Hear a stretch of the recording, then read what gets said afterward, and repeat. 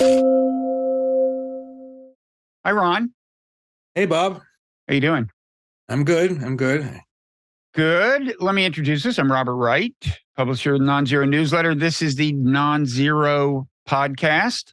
And if you're watching on YouTube, it's the Nonzero channel. And if you are watching on YouTube, you might consider clicking the like button if you like it, or if you don't. And you are Ron Kampeas, a journalist of long standing. For a while, you worked for the Associated Press in various bureaus around the world, including London and Jerusalem. Also, while in Israel, you worked for the Jerusalem Post for a while. Now you are the Washington bureau chief of JTA, a very venerable media organization. In fact, it's been around so long that the letters stand for Jewish Telegraphic Agency, founded in 1917. I just looked it up and realized that's the same year as the Balfour Declaration, which declared Britain's intention to support the creation of a Jewish state in Palestine. I assume that's a coincidence, right? Yeah, it is a coincidence. I think it was founded because, there was a lot of coverage coming out of Europe of the devastation of the First World War. In fact, I know it's founded for this reason. And Jewish communities in the West that were in a position to assist Jews who were affected by the First World War wanted specific information about what was happening to those Jewish communities. So it wasn't related to the Balfour Declaration. It was more related, well, of course, then the Balfour Declaration was related to the First World War. So kind of tangentially, but yeah. Yeah.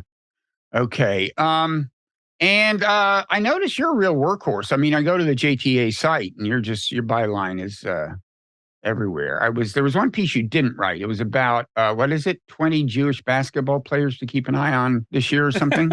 I was disappointed. I was hoping that would be you. We could talk about that. No, we have a for the first time, I think, in our history, we have a dedicated sports reporter. It's the first time since I've been working here, which is 20 years. I'm sure that piece did well. Yeah. I looked at it.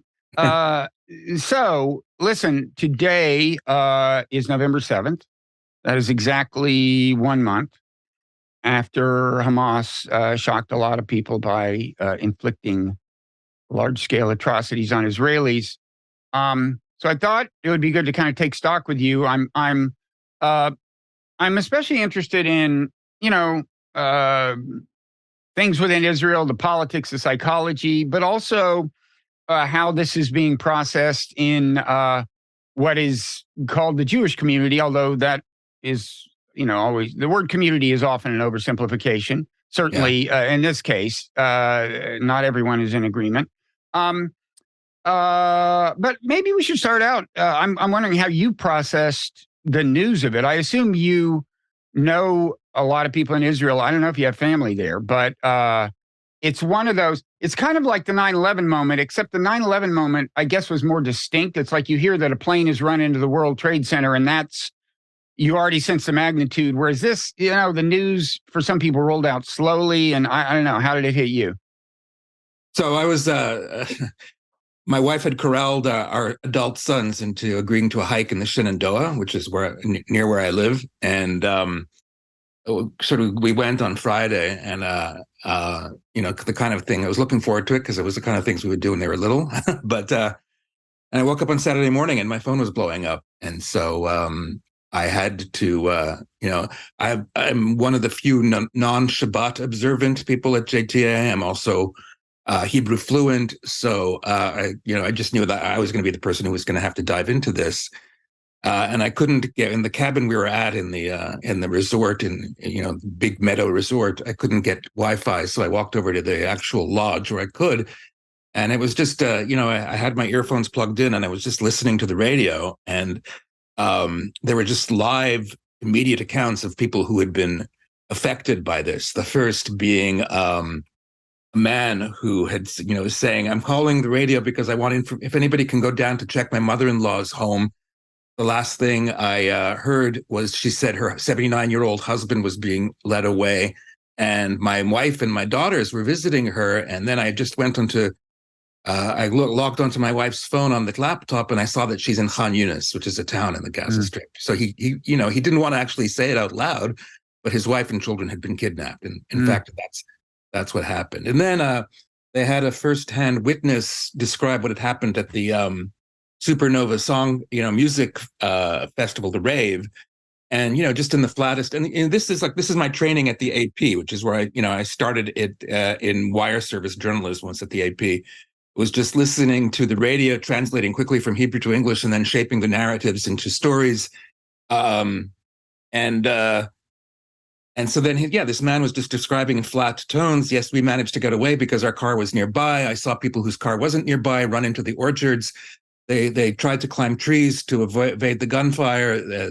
The terrorists threw stun grenades. The people fell, and the terrorists shot them. And I was just putting this into a narrative, and I put it into a story. And the next day when I was reading the story, I was like, I can't believe these things happened. This has never happened in Israel in my lifetime. I mean, there were similar stories of this kind of carnage before the establishment of the state of Israel, but nothing like this. And like you said, I do have family. I have friends in Israel, and of course, I was like immediately shocked into wondering how they were doing because I was so in the news head. And it's just I knew the country would never be the same after this. I just we had a little a Zoom call for our readers. I think on Sunday, as soon as Sunday, and I was saying, I said, you want to know what the long-term effects of this will be? Well, these are the kinds of attacks that occurred before 1948, and you had you had the expulsion of Palestinian Arabs in 1948. That's the kind of thing that this fueled, whether that was they were spurred by other Arab countries telling them to leave, or whether they were spurred by it's a mix, the ethnic cleansing, the allegations of ethnic cleansing. But you also had more, I think, saliently, like until 1965, Israeli Arabs lived under martial law. That wasn't that's not a well-known fact, but it was because I think of the fears that were embedded in Israelis because of what happened, and so, in Israeli Jews because of what happened. And just to be clear, they could vote, but they were subject to military courts and military control. Is that it? They were subject to curfew, for instance. That was like one of them. Okay, sorry, I interrupted you. Go ahead. Yeah, they could vote. They could absolutely vote. Yeah. But I'm saying, like, in terms of the fear that Israelis had of the Palestinian, the indigenous, the Palestinian population that had stayed, they were that's how it manifested. So I was saying that's now that thinking about it weeks later, I'm thinking there are any number of scenarios that could arise out of this conflict right now, but but nonetheless, I think it was immediately evident that this was going to be game changing. Yeah, and I mean, already you are seeing things that are analogous to some things that happened in 48. I mean, in the West Bank, we've seen an acceleration of what I think deserves the term ethnic cleansing. I mean, settlers terrorizing villages, and the rate of Palestinians fleeing villages has increased. And then, of course, in Gaza, there's they're leaving the north. I think it's fair to say a lot of people in Israel, including Bibi, would be happy for them to go all the way into Egypt. That may be hard for him to arrange. But I mean, do you think I'm going too far in drawing these analogies? I mean, I think that in the sense, the settlers, yes, who are trying to scare Palestinians into leaving their homes in the West Bank, they want ethnic cleansing. Whether they're practically able to carry it out, I think is another matter. Whether to the degree they have government backing, I think in terms of the Biden administration and the pressures it's putting on Israel in the current circumstance, one of the most acute pressures is on the government cracking down on any kind of action like that. And and whether or not Netanyahu cracks down, he's under pressure from the far right in his own government. He's also otherwise occupied with a war, but that I think that there's I think there's an implicit pressure. I don't think anybody in the Biden administration would dare say it, even in private, but there's an implicit pressure on Bibi to form a coalition with to kick the far right out of the government, keep Benny Gantz, the centrist, and pull in Yair Lapid, the center left figure in Israeli politics. that kind of government would certainly stop this kind of thing from happening, but that kind of government doesn't exist. I don't know if there's a will or the capability to stop that kind of thing from happening. So right now, it's settlers want to commit ethnic cleansing. Whether they actually commit it is another matter. In the Gaza Strip, I just don't. I don't see it. Like you said, I don't see them going into Egypt because Egypt doesn't want them, and there are historical reasons why no Arab country wants to take Palestinians in, because they stay forever. They don't and it's there are all sorts of reasons they don't want that. One is they don't want Israel to absolve itself of responsibility for those Palestinians. The other is that they, depending on the government and the type of government, they don't really assimilate. And so they've assimilated in Jordan. They haven't really, depending on which wave of Palestinians, they haven't really assimilated in Lebanon or in Syria. And so they don't want that kind of political reality. So yeah, I just don't see that. I don't see anybody opening up. And I mean, Sisi, the dictator in Egypt, is threatened by the ideology that Hamas represents. So I mean, he certainly, even if he wasn't averse to having some Palestinians, he certainly wouldn't want many people prominent in Hamas.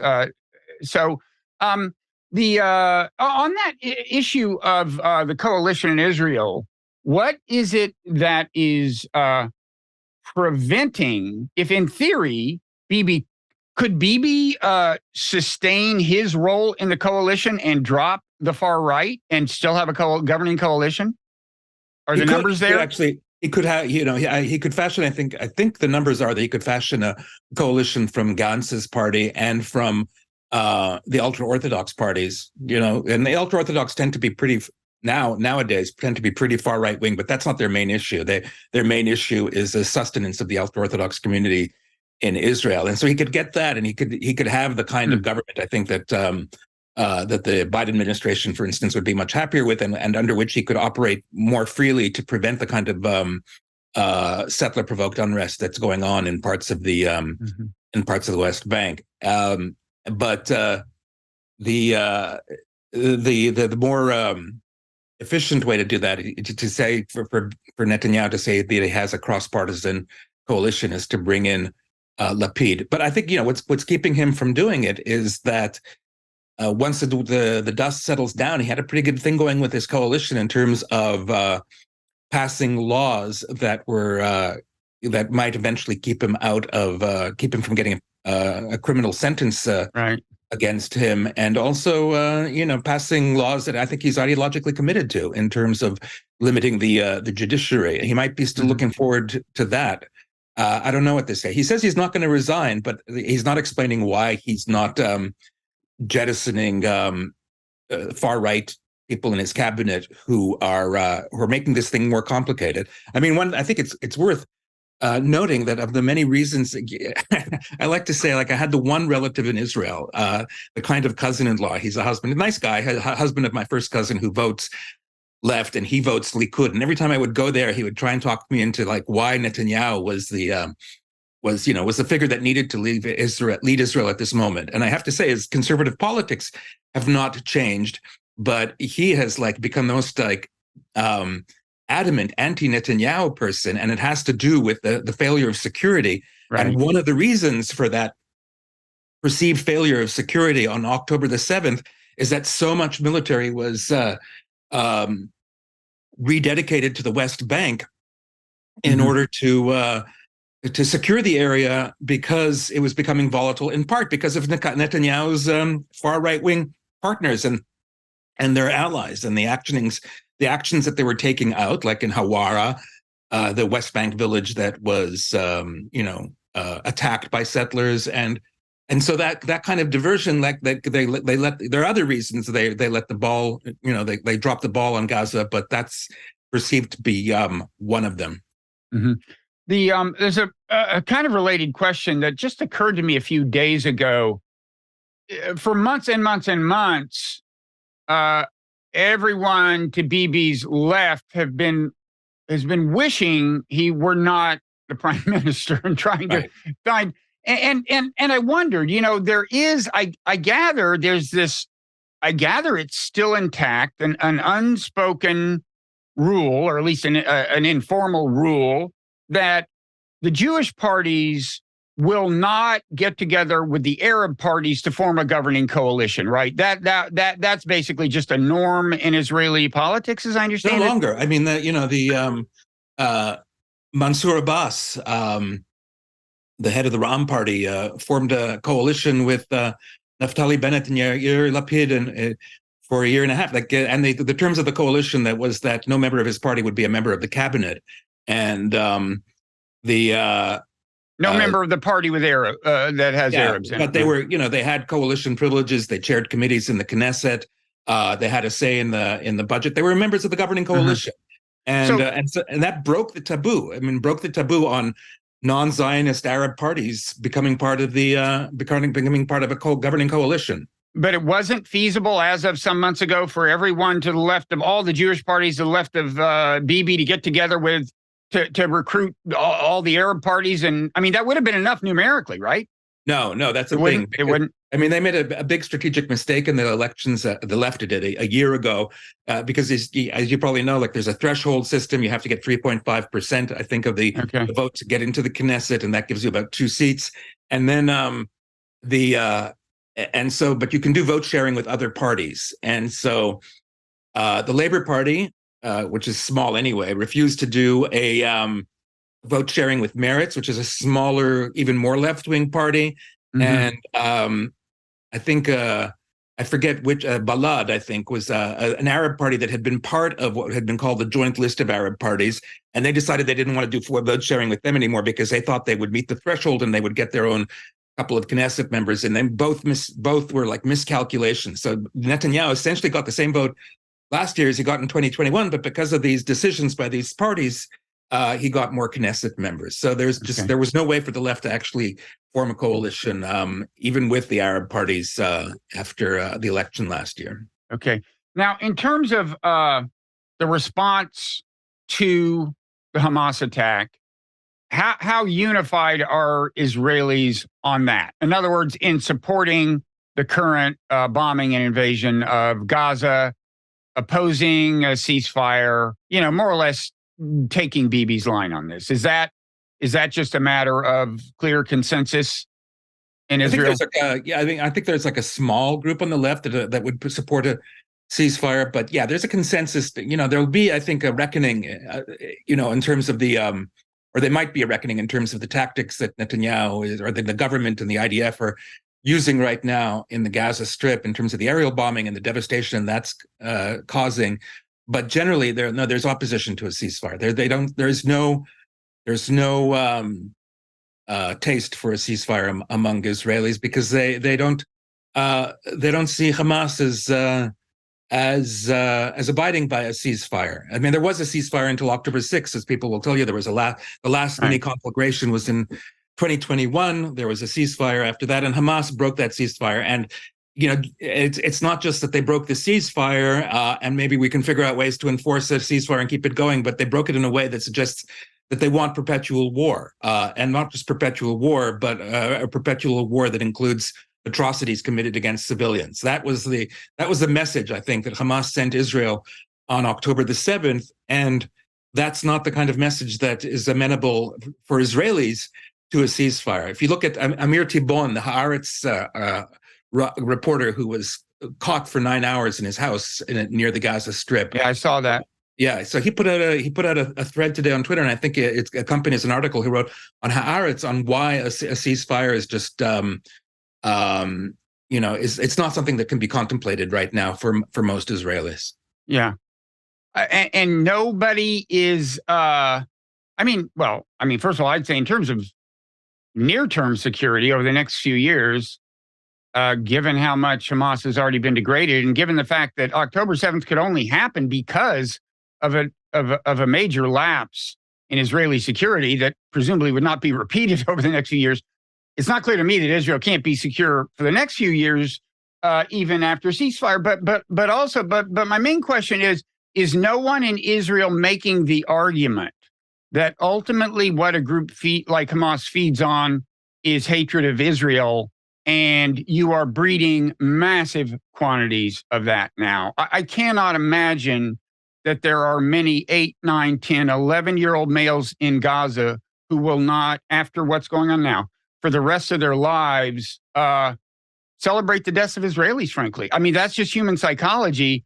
And that's not to say that they are support Hamas. It's possible to even not like Hamas because of this provocation and yet hate the people who are killing you at this moment. But my main question is anyone, that's just not an argument in Israel that actually there is such a thing as root causes in the world and we should keep those in mind? It's not so much an argument. I think it's back of mind for people who are actually trying to manage this conflict. I do think that there are people in government and the security establishment who take that into consideration, and I think that they would, like you said, they would argue first of all that as opposed to some people on the right wing here in the States, they would note that as you've noted, that Hamas is not popular with Palestinians and especially with Gaza Palestinians, but there are circumstances in which its actions are popular because of precisely what you said, because of the devastation that they're seeing now. But that kinds of ebbs and flows. If you look at polls, after something like this, I don't know if it just keeps on flowing, if it ever ebbs again. But but you've seen that when there's that in terms of polling, that when there's quiet, the idea of taking military action or any kind of terrorist action against Israel, actually, the support for it drops among Palestinians, and the reason is that they don't want they don't want the devastation that immediately follows. I think that there's an understanding in the heat of this moment.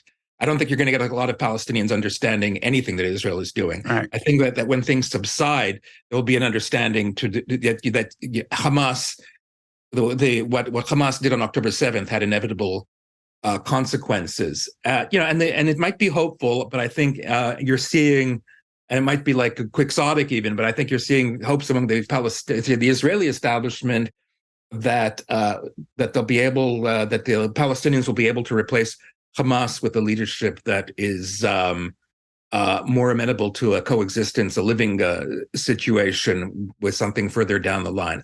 I don't know. Go ahead. Well, I'm just saying, I think that task is greatly complicated to the extent that that Gazans hate Israelis for what's going on now, and I mean. That's what I'm suggesting. I mean, the whole idea of eliminating Hamas, I mean, I suppose you can do that.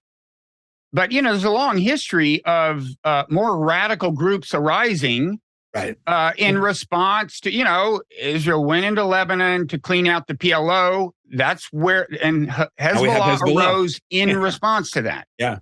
And you and I, last time we had a conversation, I said something that I think you agreed with. I said, I get the sense that the view in Israel is, look, they're going to hate us no matter what. And I don't think I was talking just about Palestinians. I think I was talking about kind of maybe more broadly Arabs and maybe in a certain sense, large chunks of the world. But I said, I think there's this view in Israel, they're going to hate us no matter what. And they might be referring to hatred of Israelis. They might be referring to anti-Semitism, but however they frame it, I said, I think there is this belief, and that's one reason that the responses to terrorism do not pay much attention to the kind of argument I'm making here. Is that part of the psychology? Oh yeah, absolutely. I think that there is like a definite, and you're seeing it, I think, in reactions among some Israelis right now to what's going on. And you're seeing it also, like I said, in terms of the argument on the Jewish right wing here that the Palestinians support Hamas, and they, Alan Dershowitz, who would probably hate being called right wing, but he made it like and they always have the same kind of like. Fake out where they say they overwhelmingly supported Hamas in the last election. The last election was in 2006. It was weirdly gerrymandered. I forget why, but so they did get an overwhelming amount of the seats, but they actually got 44 to 45% of the vote. So both things are illusions. But I do think that's the trend, especially in a war like this, especially when you're faced with the kind of crimes that the terrorists committed on October the 7th. There's a sense that this must be so deeply embedded in the culture like I said, things I expect that certain hatreds among the Palestinians will abate. I expect that certain hatreds among the Israelis will abate. You can say, I think they said 3,000, and now they estimate 3,000 Hamas terrorists invaded on that day. That's 3,000 people out of 2 million.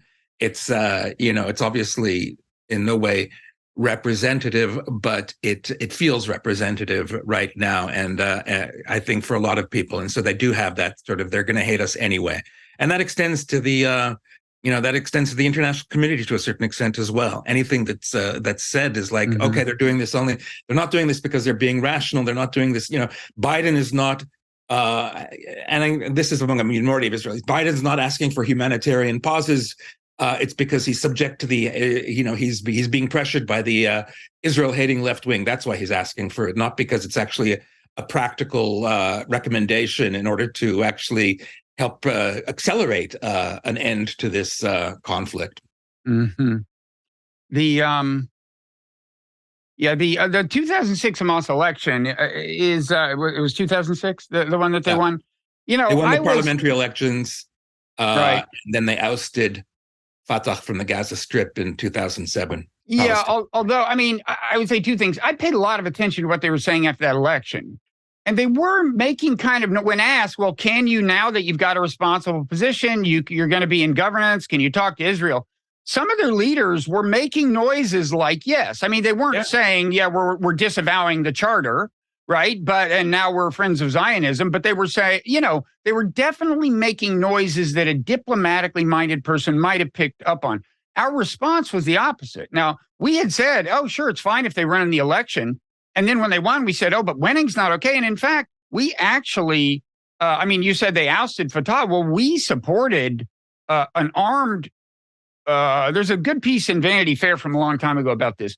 We supported using armed force against them to dislodge them from the position in governance they had won through an election. I would say the U.S. as much as, and the Israel, with the Israeli government, as much as anything, started that civil war. They played a big role. Yeah, they almost had to talk Fatah into fighting it, as I understand it. It was like, and they got Egypt to supply weapons, I think. And so, and the reason I bring this up, it's not just like what might have been, but I think there's a connection between that reaction and the one I'm kind of criticizing now.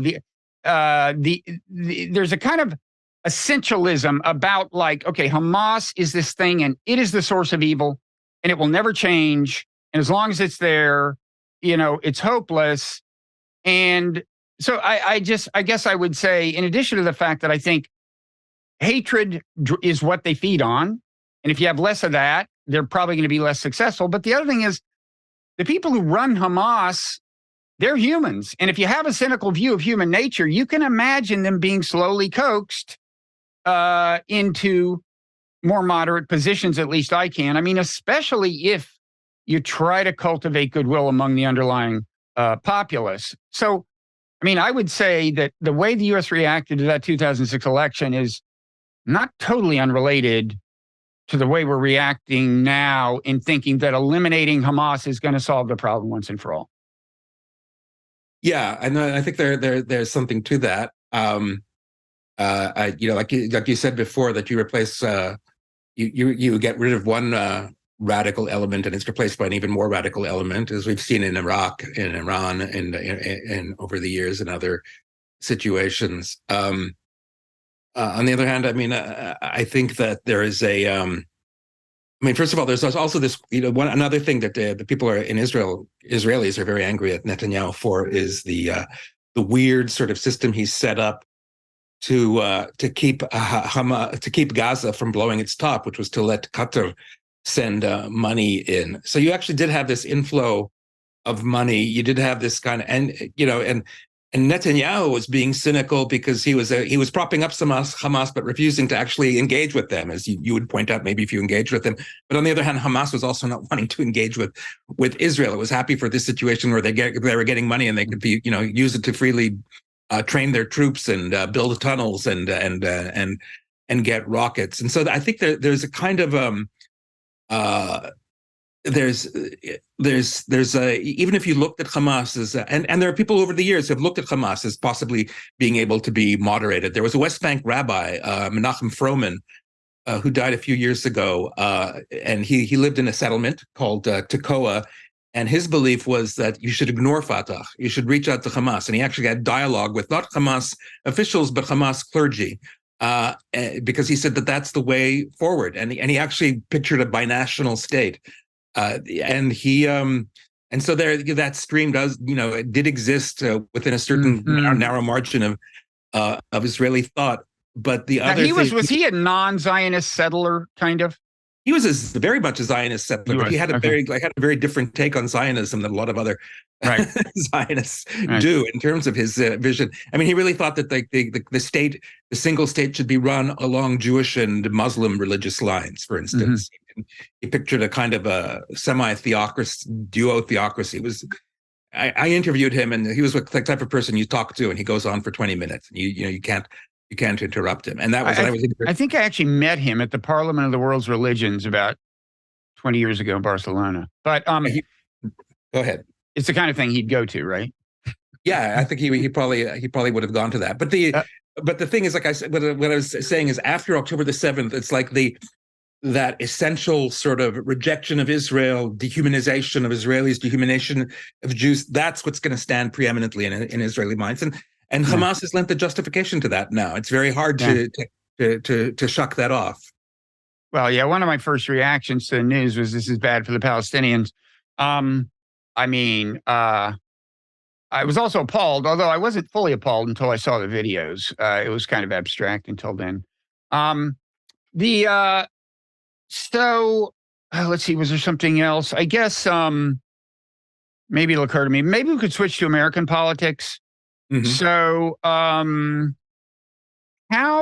you've written about some of the polling. I mean, there is, first of all, among Americans broadly, there's less support among young people than among older people. I don't know, 30, 35, 40 or something seems to be an important dividing line. And to some extent, I gather that's true among Jews, although I don't know that I've seen numbers so much, and I may be over extrapolating from what I'm seeing kind of at the elite level. I mean, there are these prominent activist groups, if not now, Jewish Voice for Peace, magazines like Jewish Currents. So it's definitely a big thing among young Jewish intellectuals to favor, first of all, I would say a one-state solution, even over a two-state solution. How big does the division among American Jews seem to you? I think that I mean, it's hard to say because, as you said, there hasn't been polling yet, not that I know of in any case. Anecdotally, in terms of conversations, I think that Jews I know who have been critical of Israel to the right of, if not now, and Jewish Voice for Peace have been nudged further to the right by this, I think. Like J Street, for example? Yeah. I think that they're perceiving in the, you notice that J Street has not called for a ceasefire, for instance. And they're talking to their relatives in Israel. They're talking to people, and they don't know what good a ceasefire brings in this particular circumstance. But I mean, it's more than that. It's also, I just keep on, I don't want to name anybody because but like there's the person I'm going to be seeing after this. When I said I had an appointment, it's like somebody's like, it's a healthcare type appointment. That person is, the other day after this happened, just said, I feel so alone now. I felt alone during the Trump years, but I feel even lonelier now because I feel like nobody's checking in on me from the left. And that's not entirely true. I know that there are people on the left, non-Jews, who are checking in with their Jewish friends, but I just keep on hearing over and over again that, two friends contacted me. I have a lot of friends. This is a young woman I interviewed in Las Vegas for a story I want to write about what's going on in the community there, but just two friends called in. And she's, this is a woman who's the woman I interviewed, who's very much on the progressive left. She's an activist, and there's this feeling of abandonment. I think there's this feeling of aloneness that is mitigated to a degree, I think, by So I'm not sure I'm clear on what the disappointment is. They had expected, so these are people left, but not far left, progressive, maybe J Street types, who are still hold out hope for a two-state solution, and advocate for it. And who are critical of the Netanyahu government, very much critical, and particularly in how it's not just in, its judiciary thing, but also in how it treats the Palestinians. And what had they hoped would happen? Who had they hoped would call, and what did they want them to say?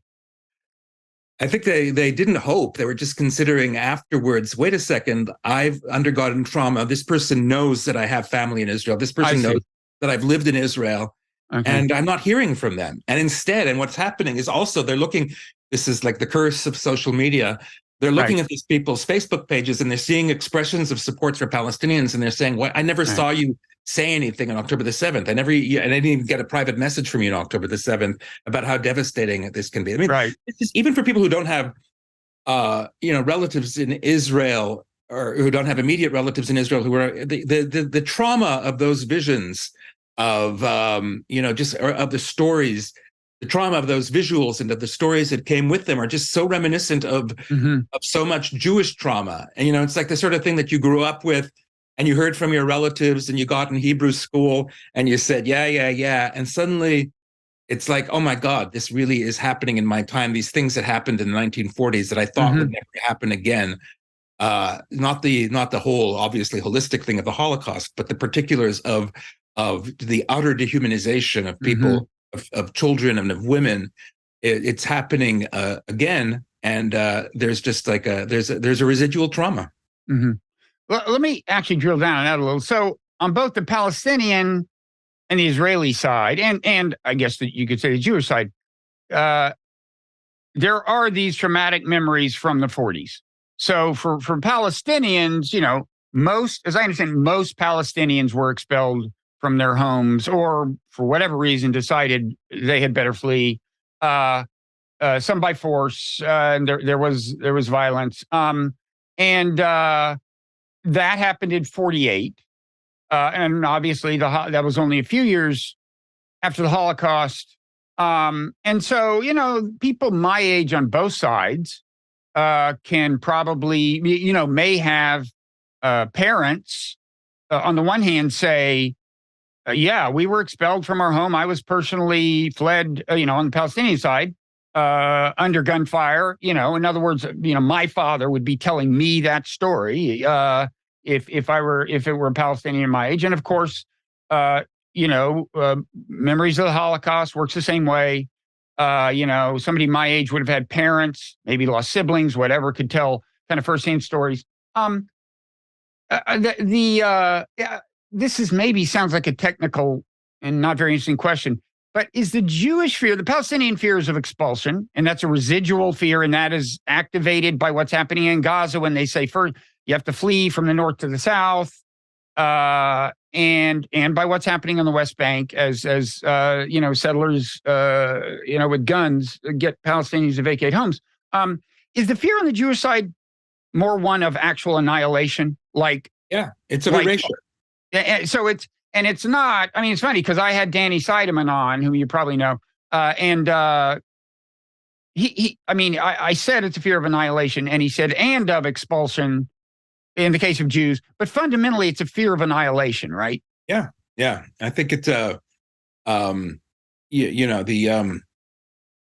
uniqueness of the Holocaust in terms of like the World War II context. And this is like Jews learn this if they're exposed to any kind of Jewish education, is that as horrific as World War II was for every other population, it wasn't a coordinated effort to actually wipe this people off the earth. Millions more Russians died, I think, than Jews. I'm not sure exactly of the numbers, but nobody was out to actually erase the memory of Russia, to wipe Russia out. Hitler had explicit plans to remove every Jew from the face of the earth, and that's like it's a very haunting thing to have to live with. And you can manage it. You can say, until October the 7th, I think a lot of people could say, some people were still haunted by it. I think that informed their politics, and some people could say, we have our state. We're strong now. We don't have to, or, even without our state, we're free in the United States. We're in a position of privilege in the United States. In the United States, we're white, and we actually have to, that means that we're not absolved of actually helping other minorities because we're white and we have those privileges. And that, I think, for a lot of Jews on the liberal left, that fell away to a certain extent, not maybe completely, but it fell away after October the 7th. It came across as if there are people who don't want to just have justice, let's say some form of justice in the Holy Land between Israelis and Palestinians, but who actually want to wipe out Jews. And I think meaning in this case, Hamas and their supporters. Yeah, Hamas and their supporters, and in terms of the domestic politics, you're getting it. It's reverberating to a certain extent in terms of the expressions of support for the Palestinians and Hamas. And what's are seen as support for Hamas on campuses here in the States. No, and you mentioned the curse of social media. First of all, I think there are a lot of people who just don't even understand that the Palestinian flag isn't the Hamas flag, and that people who are supporting Palestine don't support Hamas. But of course, social media being what it was, this guy at Foundation for Defense of Democracy's Jonathan, he of course found footage of at some demonstration, one person holding a Hamas flag amid a sea of Palestinian flags, and didn't just say, see, this protest was pro-Hamas. He said, see, these protests are pro-Hamas, when actually it would have been, you couldn't even generalize to that protest. But that is, and this plays out on both sides. It's I think one of the great sources of polarization. The fact that the least representative but most extreme version of anything is what gets promulgated to the other tribe, and they react as if it were more general. Commonplace, absolutely. I think one of the most poignant things I've seen recently, in the last day, and we don't know exactly what happened yet in Los Angeles, but this man was knocked down. A Jewish man was 69 years old, was knocked down by a pro-Palestinian protester with a megaphone, and he fell backwards and died. And one of the most poignant things that you see is two people rush to his aid, and one is wearing the Palestinian flag in a keffiyeh. And so, obviously, that woman who was rushing to his aid didn't have the hatred in her heart that perhaps the person who knocked this man did, and that gets that was like a snapshot. And I did see people on the right actually noticing that to an extent, but it's like we forget about that kind of. That element. You're right. It gets so polarized. You're either with us or against us, kind of thing. So it sounds like you would say most American Jews are becoming more intense in their pro-Israel sentiment as a result of October 7th. A majority. Yes, they're becoming more. Most American Jews are becoming, definitely. Their feelings are intensifying after October the 7th, for sure. And then, the left, the young Jewish left, my daughters have been to some of these pro-ceasefire demonstrations, which to varying degrees are also explicitly pro-Palestinian. And, they say all their Jewish friends are with them. They're on board. Now, of course, my daughters are a particular cultural and ideological milieu. They live in Brooklyn. That's probably all you need to know, right? But they're, and they describe some of their Jewish friends as being pretty, I would say, radical. I don't think that's that typical or common. When you read, like, the editor-in-chief of Jewish Currents wrote a thing right after October 7th, and, she's has plainly had a big emotional impact. She's having difficult conversations with relatives, and my daughters say a lot of them say that they're having difficult conversations with relatives. But and I guess we don't know how widespread that is. I would say the basic distinguishing feature ideologically is one state solution. They give the Palestinians in the West Bank the vote. I guess they'd say give it to Gazans too, give them full political rights. If that means the end of Zionism per se, I think they would say that's not necessarily catastrophic for Jews. Is that your read of kind of the ideology on the young Jewish left? I think the young Jewish far left, to the degree that it applies to Jewish Voice for Peace, and perhaps, if not now, yes, I think that might be it. But I think that, there was always like, one of the laudable things about J Street and its organizer, Jeremy Ben-Ami, is that his conferences always invited ideologically different perspectives. You go to an AIPAC conference, it's all AIPAC. You go to a JVP conference, it's all JVP. If you go to a J Street conference, everybody's there and they're duking it out. And it's interesting. It's like, at least it's interesting for me as a journalist in terms of having to cover conferences, which I usually hate. But the interesting thing about that was regarding the push and pull between two-staters and one-staters and what was just and what was practicable. And I think that the two-staters after this, I mean, I think, let's say, it could be put this way. The argument before October 7th was, a binational state where everybody respected everybody and Jewish rights were preserved and Muslim and Palestinian rights were preserved.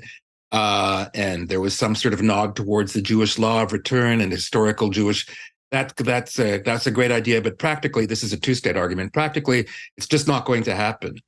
And I think since October the 7th, there might be even in that cadre, they might be returning to the idea that morally it shouldn't happen as well, because it's a kind of erasure that now they identify with. It's not just abstract; they identify it with an actual action.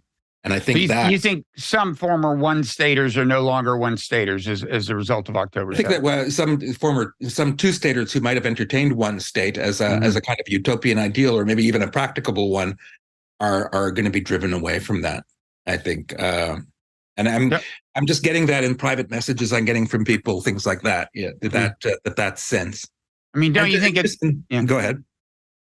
I was going to say, don't you think at this point two-state is impractical as one state? I don't mean just after October 7th. I mean before October 7th. Is it practical? Yeah, I think that they're both impracticable. But I don't know what the situation had arrived to a point where it was unresolvable. I mean, I think the two-state argument that it would be really, really hard now because there's settlements, but really, like, now we're seeing in terms of the possibility for civil war and absolute carnage. One state is also, whereas before it was an abstract idea, like, do you think that we're going to really be Democrats, or do you think we're going to go back to before 1948, where you had the carnage of 1929 and the Arab anti-Jewish riots? And, it's interesting, maybe we look at this polling, look at that polling. Now they're going to be able to say, look at October the 7th, and it's just really, really bad. If you'll let me pause for a public service announcement right now. At this point in the podcast, we take it behind a paywall. It's available only to subscribers, paid subscribers to the Nonzero newsletter. With this set of conversations I'm doing about this particular crisis, I'm not doing that. I'm keeping them all public. I would encourage people to, if they want to just support this kind of conversation, become a paid subscriber. You go to Google Nonzero and Substack, or just click a link in your podcast app, and there's a way to do that, and then you will get all the otherwise inaccessible parts of all podcasts and all the print content in the newsletter is behind a paywall. So I encourage that, whether as an act of philanthropy or a commercial transaction. Or you can just subscribe to you can be an unpaid subscriber to the Nonzero newsletter. That's a start. Other ways you can support us are click the like button on YouTube. Actually rate and review us on any podcast app, including Apple, which is, a little trouble to go to, but I think it does make a difference. And it keeps podcasts like this from being completely overwhelmed by better funded things emanating from mainstream media and so on. Okay, thank you for pardoning that. So, I mean, I want to get back into the kind of American politics and American Jewish politics, but I will. I mean, first, like, if two states not practical and one state's not practical, that's bleak, right? I mean, that's a bleak future because that's I don't know. There's ethnic cleansing. There's apartheid. Is there a third option if you don't have a one state or two state solution? I mean, there's if you've ever talked to Dahlia Schindlin, and if you haven't, I highly recommend it. I've met her in Israel. It's been a while. There's the idea of a confederation. That's right. And so you don't consider that one state. She has a well worked out plan.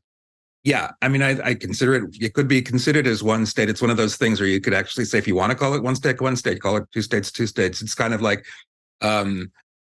is it like Belgium, which is a kind of a confederation, or is it like Benelux, in which is Belgium, Netherlands, and Luxembourg, which are essentially the same territory for all intents and purposes. You can call it either one you want, and then but at least you have protections for each population and national aspirations embedded into it for each population. I mean, so that's one possible, and I'm not recommending or not recommending anything. I'm just saying that that's like one possible way out that doesn't have sort of like keep on running up into the wall of never being resolved. Mm-hmm. So I wouldn't say that it's necessarily hell on earth for the next several generations. There might be there are ways out. I mean, I think that so much of this is wrapped up, part of it is wrapped up in theory and part of it is wrapped up in planning and policy, but so much of it is also wrapped up in personalities, so you had, for the briefest of moments until the assassination of Rabin, two personalities who kind of knew what to say to the other population, Yasser Arafat and Yitzhak Rabin. And then Arafat sort of reverted to form after Rabin's assassination because apparently because he feared assassination himself. He thought if this could happen on the Israeli side, it could happen on the Palestinian side. And so, but perhaps even personalities even more forceful than that, saying what the other side needs to hear. The example, and I hesitated to use it because I know that to people who are consider themselves to be oppressed hate it, but like Nelson Mandela, because they say, oh, you're always saying you want us to have a Nelson Mandela. I'm not saying anybody should have a Nelson Mandela. I'm saying Nelson Mandela was a successful model of how you would convince the other population that they wouldn't be under threat.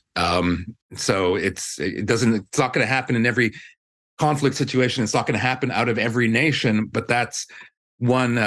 That's like I'm just pointing that out to show how unpredictable this can be. Two leaders could come up at both sides at the same time and suddenly have a solution. Could happen. I mean, the Palestinians say that when some possible Nelson Mandela starts to arise, that the Israelis in one way or another undercut him. So I know what question I meant to ask a few minutes ago. It's about the fear of annihilation. I mean, do you think it is more pronounced than is good for Israelis, or more pronounced than is good for Jews? And there have been people in the community. I mean, Avram Berg, for example, who was Speaker of the Knesset, I think, who used to say, that there are too many kind of indiscriminate appeals to the Holocaust, for rhetorical purposes. It's not healthy. And there has been this argument made. And I mean, I think of this because I actually think, leaving aside the humanitarian issues you could have with what's going on in Gaza now, as you may have already gathered, I don't think it's good for Israel in the long run. And so I guess that's part of the context of the question of whether, and you no doubt know that there are people who deploy the Holocaust pretty freely and prolifically and emotionally in ways that work for them politically or whatever. Is it in some sense overdone from the point of view of the actual interests of Israelis and or Jews more broadly? Oh, for sure. I mean, I think that there's a whole debate within the Holocaust memorial community about how it should be properly commemorated, and it's been going on for decades between there's like between Yad Vashem, there's like the main Holocaust Memorial Museum in Israel is Yad Vashem, And there was, I don't know if it still exists, but there was a small little museum, a privately run museum in Jerusalem at the same time that would have alleged lampshades made from Jewish human skin and that kind of thing. And the Yad Vashem, the people were like, that's not the way to commemorate the Holocaust, and that's kind of sort of you have to have a more holistic understanding. So and that argument is still going on today, and it's a question of degree, and it's to the degree to which trauma and it's a founding argument in Israel. Like you'd have the labor left originally saying, let's not let this define us. Let's just be a nation among other nations. It informed riots in the 1950s when Menachem Begin was leading opposition to accepting reparations from Germany. His idea was that Germany should never, ever be accommodated, but Israel should never accommodate Germany in any way. And the labor left were saying, we have to put this behind us, get the reparations, and move forward. So it's definitely something but it's hard to say where you draw the line. That's the thing. I could tell you about extremes, like the guy who ran the museum with the lampshades, but I don't know where in the center, sort of, where to the degree to which it should inform. Yeah, when I went to Yad Vashem, this was decades ago. I'm sure it's changed, but I was actually impressed by how kind of understated it was. It didn't. I mean, you can't help but hit you over the head when you're depicting the Holocaust, but it didn't do any more of that than was necessary in a way. And I think it was it somebody from Yad Vashem who criticized just recently the Israeli ambassador to the UN wore the yellow Star of David, which Jews were forced to wear in Nazi Germany. Yeah, exactly. That's a great example. I should have thought of that. That's a great example of how that is currently playing out. Is really Gilad Erdan, the ambassador to the UN, is he really somebody who's suffering to the extent that are feeling oppressed or marginalized to the extent that Jews who wore the yellow star were feeling, and should he be that graphic? And the person, Danny Dayan, the head of Yad Vashem, who himself had been a consul general in New York, and he's a settler, he's a Likudnik. Or used to be a Likudnik. I think he's identified with another party now. But he's not, he's not a raving liberal. He said, don't do that. It's too exploitative. So it's interesting. Now, I want to, so you covered the big demonstration in Washington. If I had known you were going to be there, I would have told my daughters to say hi to you. But, but here's a quote from your story. Another chant, from the river to the sea, is considered by many to be an anti-Semitic slogan calling for the elimination of Israel. I want to actually drill down on a couple of parts of that. What's your, well, first of all, I think we'd probably agree that some of these young people chanting it means something different from what other people have meant in the past. What are the historical origins of it? Was it originally flatly eliminationist or anti-Semitic or what? I don't know anything about the history of it. I want to get around to what it means to some of these younger people. But for starters, what would you have said, 10 years ago if you heard it, before it was adopted by the young left? I think that I'm not that. That's why I think we phrased it the way we did, that it's perceived as anti-Semitic. I'm not that acquainted with its origins, but I do know that what I'm pretty sure of is that it existed before 1967. It was it was something that came up when the PLO was established in 1964, and to that degree, it's viewed as. But even if you take, I would say as a journalist, even if you were to take that beating, you could say it's aspirational towards a democratic single state, which is not eliminationist of Jews. It's eliminationist of the idea of Zionism, which is not, a lot of Israelis would really say, that's also not good news, but it's not specifically eliminationist towards Jews. So it's become I think it's become maybe one of those things that's become a cudgel for both sides. I know that in the particular instance, Rashida Tlaib, and she's been guilty of other things in this conflict, like in the current conflict, in terms of her rhetoric. I know from having, seen her speak that her vision, and you can say it's completely impracticable and it's not a great vision, but you talk to somebody like Andy Levin, for instance, the Jewish congressman, former Jewish congressman from Michigan, who worked closely with her because they had adjacent districts. She is not she envisions a binational state where Jews have like national rights. She's not she's Right. not in that terms of her use of it. Yeah. I don't think it's like anti-Semitic or eliminationist. I would say, you think Marsha Blackburn's going a little far when she says Rashida Tlaib supports genocide? I mean, by the way, is Blackburn Jewish or no? She's just say it that way, but no, she's not Jewish. She's like she's. But so this is just crass. The crassest kind of opportunism on her part. That's my comment, not yours. But yeah, go ahead. Go ahead. The thing is, on the other hand, because it's associated with like the 1964 PLO and which was an organization that was out to remove Israel, out to to a certain extent that embraced terrorism. It has certain triggers, I think, for Jews when they hear it that are also not illegitimate. So you can simultaneously say that Rashida Tlaib is not anti-Semitic, but that there are substantive reasons for Jews to be wary of, or for like at least Israelis to be wary of the slogan. I mean, it's not exactly the same thing. It's not all the same thing, but it's the same way of understanding. Like, when people talk about like wanting to remove Confederate symbols in the South, and there are people on the other side who say this is Southern pride, this is local pride. Why are they changing this street from Lee Highway to Langston Boulevard when we've been used to it for so long? And I absolutely accept that the people who wanted to keep that street named Lee Highway are not racists, but you also have to understand how that name resonates among blacks. Right. And like I said, it's not a great precise analogy, but I'm just talking about how certain things resonate for different people. Okay. And then the part of the sentence where it says, okay, so it's considered by many to be an anti-Semitic slogan calling for the elimination of Israel. What does the elimination of Israel mean? Does that just mean the end of Zionism, or? Yeah, I mean, it could mean the end of Zionism. It could be, I mean, the thing is, like, what is the end of, you have Peter Beinart, for instance, still calls himself a Zionist because he sees. Does he? Oh, yeah.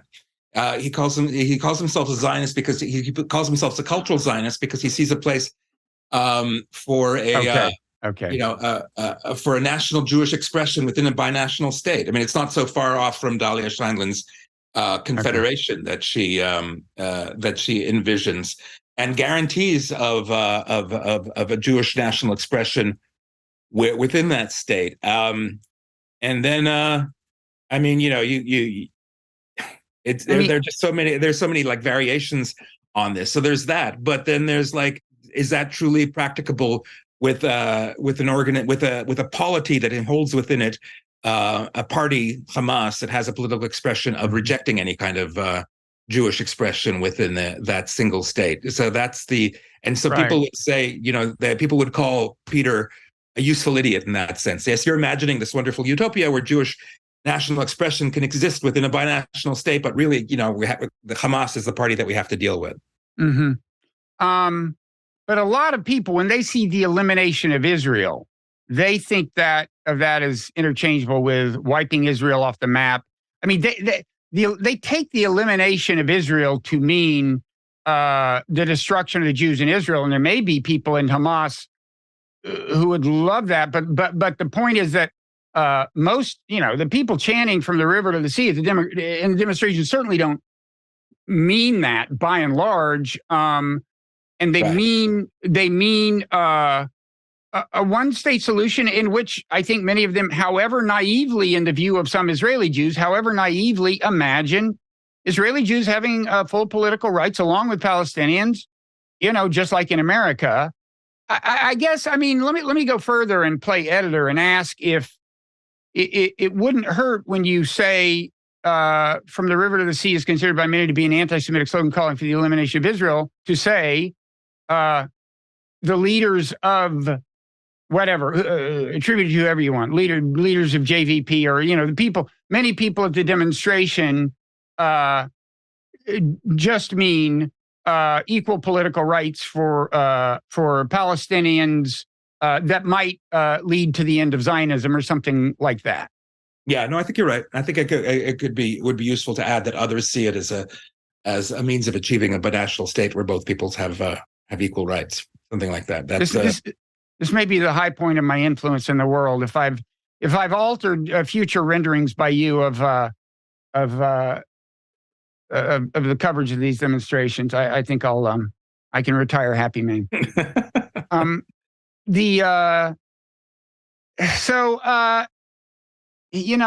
I was also going to ask you, like many people in the media, I noticed in this piece, now refer to the health ministry in Gaza as the Hamas-run health ministry in Gaza. I assume that's a consequence of that hospital bombing originally attributed to Israel and originally said to have 500 deaths or something. Yeah, that's responsible for what is now. That's like a change of policy.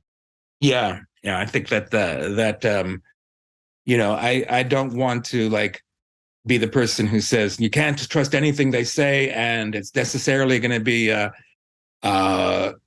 distorted. I think possibly when they say that they're over 10,000 dead, and I say that that's probably the amount that are dead. The number of those who were combatants who were actually killed by Hamas fire.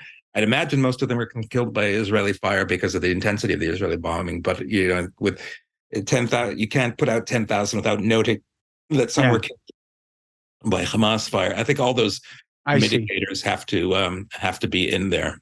I see. So it's less about doubting the overall tally of deaths than about the attribution. The attribution, because there's there have been circumstances in the past where I would have insisted on saying that, where I have insisted on saying that the army,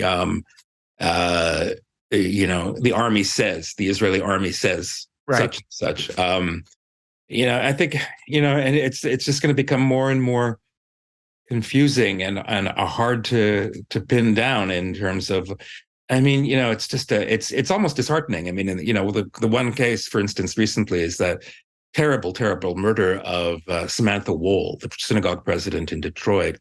And you're just getting this weird, and the police say that they don't think it was a hate crime. She appeared to have been murdered by somebody that she knows because she allowed them into her house. Oh, I didn't know that. Well, they think there was no sign of forced entry into their house, and she actually, the evidence suggests that she crawled out of her house after she was stabbed and died on her walkway. And so, but you're getting this just weird pressure from the right, and not just from crazies on. I'm talking like an old Jewish man now, not just from the crazies on Twitter, but actual. So I'll tell you, some of my young Jewish friends after October 7th are talking like old Jewish men. So don't worry. But so you're getting oh no, how come the police? Why are the police covering this up? There's just this assumption it must be a nationalist crime. So you really it's reinforcing for me that whatever the source of anything is, whether it's from Israel, whether it's from the Palestinians, you have to attribute, you have to remain skeptical until it's actually known, I think. And I think that it's important for organizations like ours, like JTA, for news organizations, to make that distinction, because when it is known, when there is actual facts, then they stand up. And so it makes it easier to push back against this crazy interview between Glenn Greenwald and Roger Waters I just saw, where they're saying, well, did such and such really happen October 7th, when there's masses of evidence that it does, and we can actually move on and say that those things. Roger Waters was Glenn doubting it too? No, Glenn wasn't doubting it. Glenn was asking him, what do you think of this? What do you think of this? And he was letting him he wasn't contradicting him, but he was right. Roger Waters is, I would say, an outlier. But no, I know he's an outlier, but he's an outlier with influence, and it would be good. Yeah. It's important for us, the media, to be so really self-disciplined and strict about this, that when there are sources you can turn to. I try to be, and I work hard to be, and I just assume that when information is coming from one side, it will be in some sense filtered and in other senses amplified. And so it's maybe disproportionate. I mean, in this case, the only footage, I had to see was the footage from the concert. I mean, in the aftermath, that was, that was enough.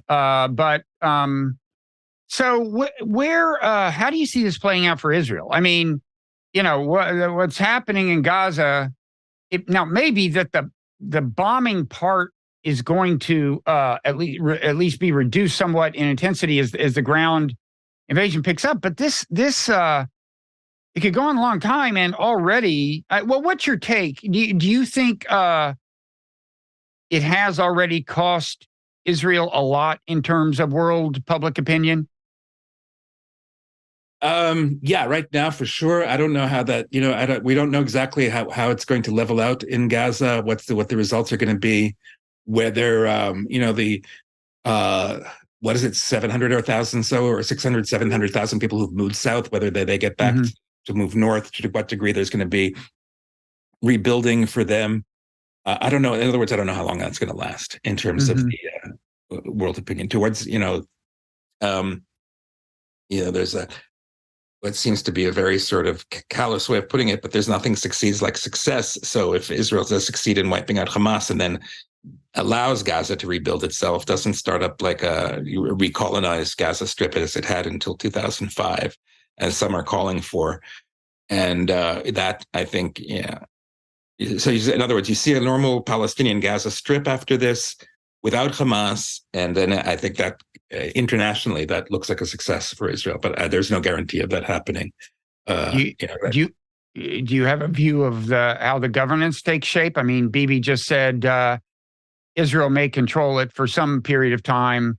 Obviously, in the long run, that doesn't seem viable to me. That's like a reoccupation and insurgency. The biggest problem with reoccupation for Israel would be resisting resettlement, because the Israeli governments and the Israeli army are just they're just not good at keeping settlers out of territories that they claim should not be settled. We've seen that in the West Bank. We've seen that in the West Bank going back to 1967. And then what happens is that you get a situation that's even more intractable than it was. I think that, but on the other hand, I don't think, take any Bibi prediction right now with a grain of salt, because as soon as this thing calms down, I don't think he stays in government. He's just so unpopular, because he was already unpopular. He was already like half and half popular, like not at a good situation because of the judicial reform and how he was handling judicial reform. But this has just completely tanked him, I think. I mean, I could be wrong. I don't want to make absolute predictions. But I think the handling, I mean, whether he deserves it or not is another question. But I just don't, Golda Meir now is not seen as having necessarily been responsible for the failures leading up to the 1973 war. But she just absolutely happily resigned afterwards, saying, I have to take this on to myself. And she resigned in 1974. Netanyahu may not have that integrity, but I just don't see how he gets out of how he survives politically from that from this catastrophe. Doesn't this give him an incentive to sustain the war for as long as possible? Yeah, there are Israelis who are worried about that. I mean, I'm sure that there are Palestinians who are very worried about that. But I'm seeing talk about it among Israelis that they're worried. But I don't know. I don't know if he, does he want to sustain a war that could even further shatter his legacy? Right now, for instance, he has the Abraham Accords are hanging on by a thread, but they're still there.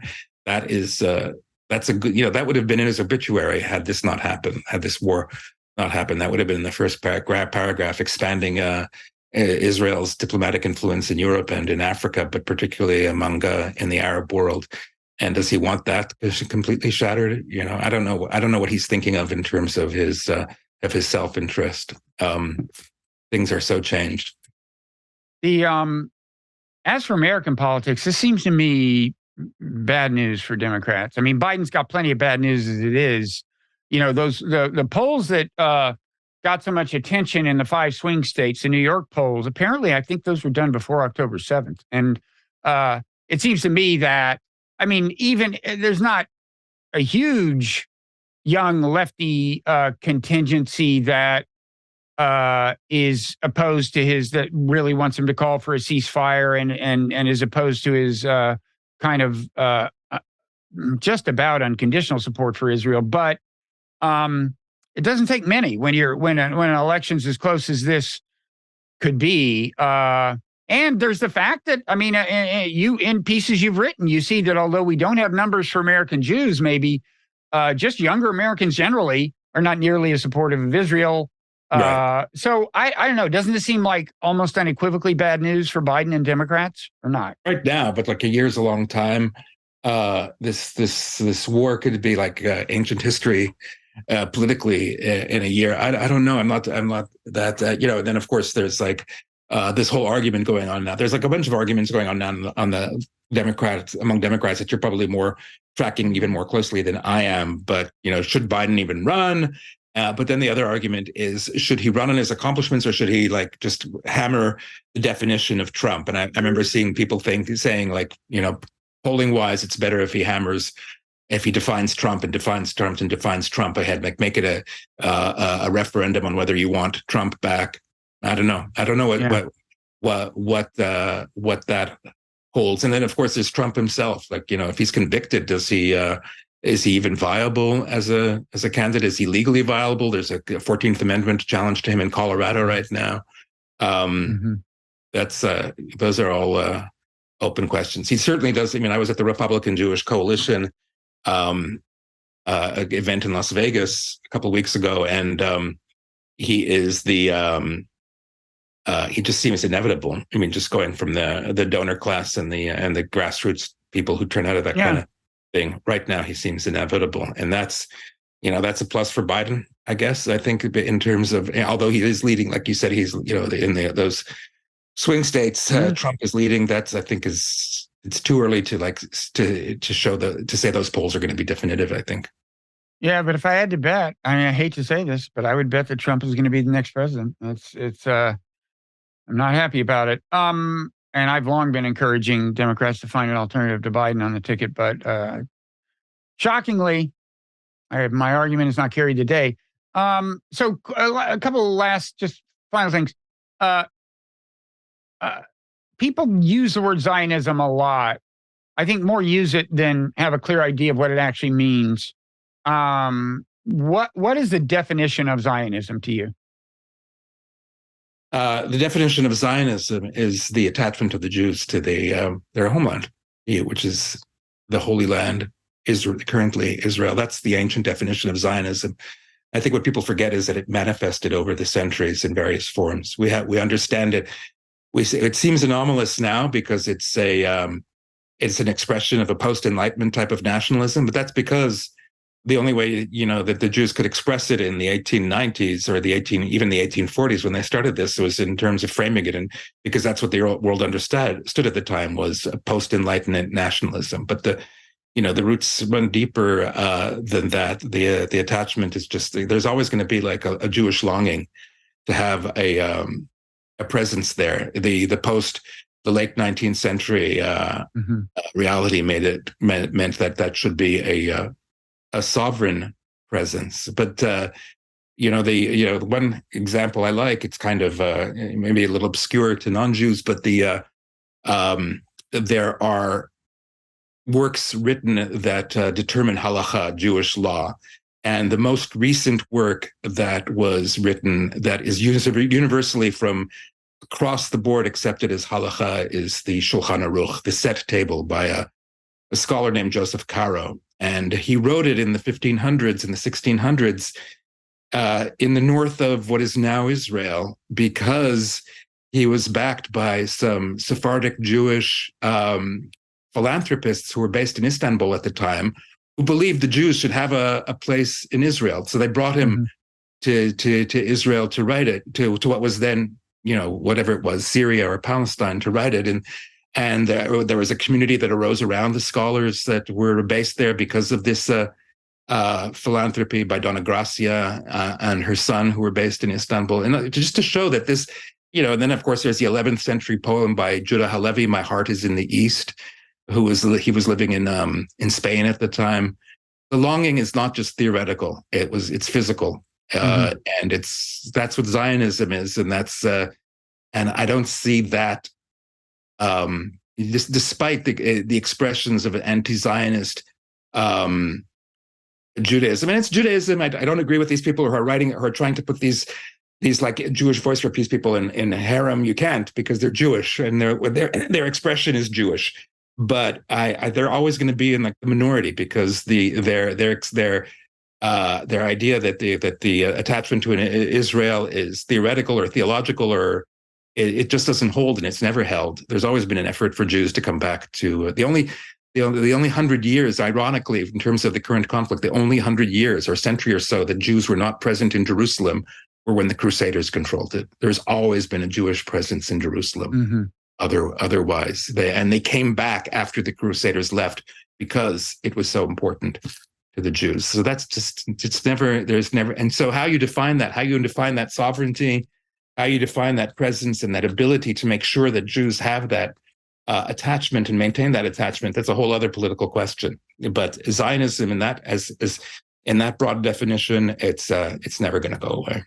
Yeah, but if by Zionism you just essentially mean, as I understand you, a Jewish presence in the homeland and attachment to it, that could exist within a one-state solution, right? That would not be the end of Zionism. I mean, maybe that's what Peter Beinart kind of means. Yeah, no, absolutely. There are people who envisioned that. There were binationalists before 1948, like Martin Buber, etc. It's just that, that's. I think that most Jews would say that, as far as utopias go, that would be wonderful, but it's not practicable now, and it's especially not practicable after October the 7th. But if you could talk, the majority of Israelis into saying, look, you can have this binational existence and still have sovereignty and still be able to pray freely at the Western Wall and still be an instrument that would rescue Jews in peril when they needed rescuing, like in Ethiopia in the 1980s or at Entebbe in 1976. Those are like real marks of why Israel is significant for Jews. Then you would have, this binational thing might work. But I don't see any substantial portion of the Jewish community or the Israeli population, Israeli Jewish population buying that right now. Well, also, I think some people have a narrower definition of Zionism and would say that current features of Zionism are, for example, you can't immigrate to Israel and become a citizen unless you're Jewish, right? And they would say it's much harder, but it's like I mean, there are these various kind of privileges associated with being Jewish in Israel, and they would see that as part of Zionism and say that if all that goes away, they would say Zionism doesn't exist. I would say that's a particular, that's a form of Zionism. That's an expression of Zionism. I mean, Zionism, like I said, it encompasses, Peter, who calls himself I think he calls himself a cultural Zionist. He hasn't stopped calling himself a Zionist. It encompasses Martin Buber. And I'm not to say that their visions are necessarily practicable, but I'm saying that's what Zionism is, and that's what you have to contend with. And you're not going to if you were out to get to a binational state, I don't think you're going to persuade any Jews to back it if you say, and we're eliminating Zionism. You can say that, we want to remove these, what we consider to be noxious expressions of modern 20th century nationalism, but you're not going to persuade anybody if you're saying we're taking Zionism out of the equation.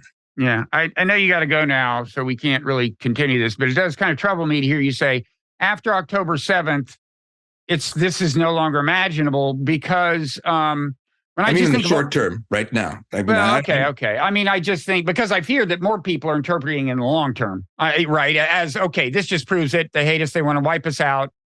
I think I can imagine so many ways that more enlightened policy on various sides could have led to a different present. And I would say, you mentioned the PLO, good example of a group that moderated over time. Oh, yeah. Give them the right incentives. That remember, they used to kill civilians a lot. Absolutely. And I mentioned the PLO, and I'll tell you, as a Jewish community professional, which I was before in Australia, before I became a journalist, and as somebody living in Israel in the 1980s, you'd be thought of as crazy or seditious if you talked about two states. Two states? What are you talking about? Two states? Right, It's crazy. right. The Palestinians they're not gonna accept two states. They're gonna overrun us. It's gonna mean mass murder and blah blah blah. Mm-hmm. And then like 1993, two states, and like everybody was accepting it. It's like, well, and you know what? Some Palestinians will say who whether or not they do support Hamas, and I'm not saying this to justify. I condemn all deaths of civilians, but they'll say Israelis weren't talking about two states until we started killing civilians in the first Intifada, right? Well, that's a whole separate discussion. But right, but that's what they say. That's the source of a lot of like what went wrong. I lived in Israel. I served in the army in Israel during the first Intifada, and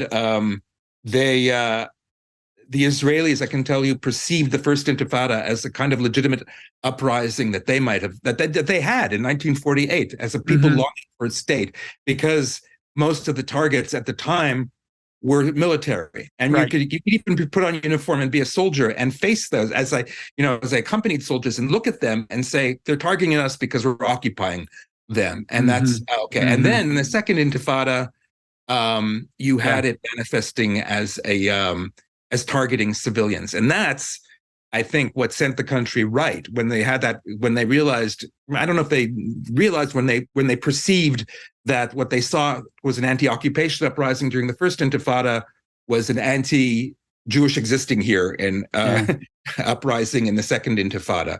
And so I think that and I don't think that necessarily that's right. I think that there absolutely, I've met them. There were Palestinians who perceived the first Intifada in the ways I described it, as an anti-military occupation uprising, not as an existential, zero-sum one. But you have to fall away from those perceptions before you get. Was there some targeting of civilians in the first Intifada? There was targeting of civilians in the first Intifada, and I think it should have been. That targeting should have been a red flag for both sides in terms of understanding how some Palestinians perceived Israel. I think the Palestinian leadership should have done more to prep its people for understanding that kind of elimination. And I think it did to a certain extent among the Palestinian middle class. The Palestinian society is like this whole thing that I don't particularly understand, but I do understand it's supposed to be very sort of stratified, and there are sectors that don't really talk to each other and don't listen to each other. But I think that it was a red flag to, if there was for instance, some guy drove a bus off a cliff and killed 14, I think, civilians at one point in the first Intifada. And for what for me was like kind of scary at the time, I remember thinking that there was a song in his honor that was composed and started to be played in the Gaza Strip. And that sort of said, well, maybe there are people who aren't perceiving this simply as an anti-military occupation uprising. Maybe this is, there are people who are perceiving this as an existential struggle. And that's, I think, the failure to address that is by both sides and among both peoples, absolutely, is what led to the failure of Oslo. But in any event, you would agree that the first Intifada, violence in the first Intifada, if mostly directed at the military, not entirely, played a big role in leading to the Oslo process. Yeah. And that's what, the Palestinians say is, we're trying to get your attention. That's and again. And I think that's why, against all evidence, some Hamas figures, are getting this sort of absurdist argument out going now. Oh, really? October the 7th, we really only wanted to kill soldiers, but some crazy civilians came along and they killed other civilians. It doesn't fly. But I think what you're saying now is why they would want to rationalize it that way to the West.